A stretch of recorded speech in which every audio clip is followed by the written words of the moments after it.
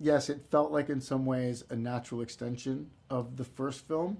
And in the kind of last closing moments of the first film, uh, Arthur is singing, but kind of like under his breath, and it's almost to himself. And then when we meet him in this film, he is. I don't think he speaks for like the first 10 minutes or something, right? He's very quiet. You can see that he's even more withdrawn than he was when we last saw him.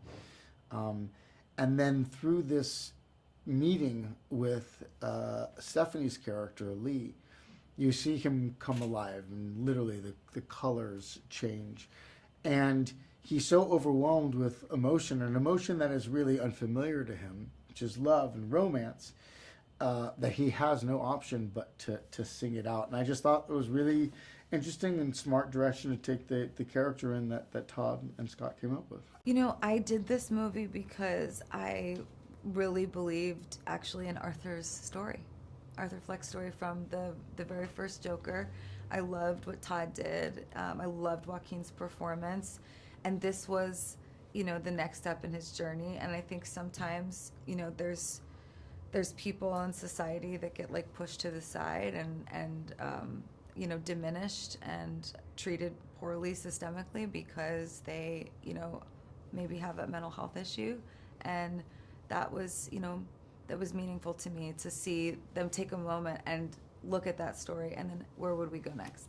Like, I feel like I get the credit and the benefit of so many other people's like hard work and commitment, which are things that you may not see. And so when I hear that, I mean, it's flattering, but I also feel like I get embarrassed because I just go like, oh, there's so many other people that were working that all kind of like their creativity and their commitment conspired to make it appear like I am the only one that is like giving everything.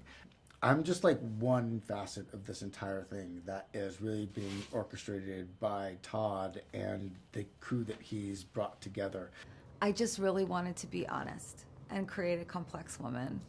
And I think I'm always trying to do that in a way, but in a movie, it's a specific story with a director. You know, you have a script that you know, it becomes a Bible, right? And I think that I wanted to disappear into her as much as I could so that the audience could go somewhere with me.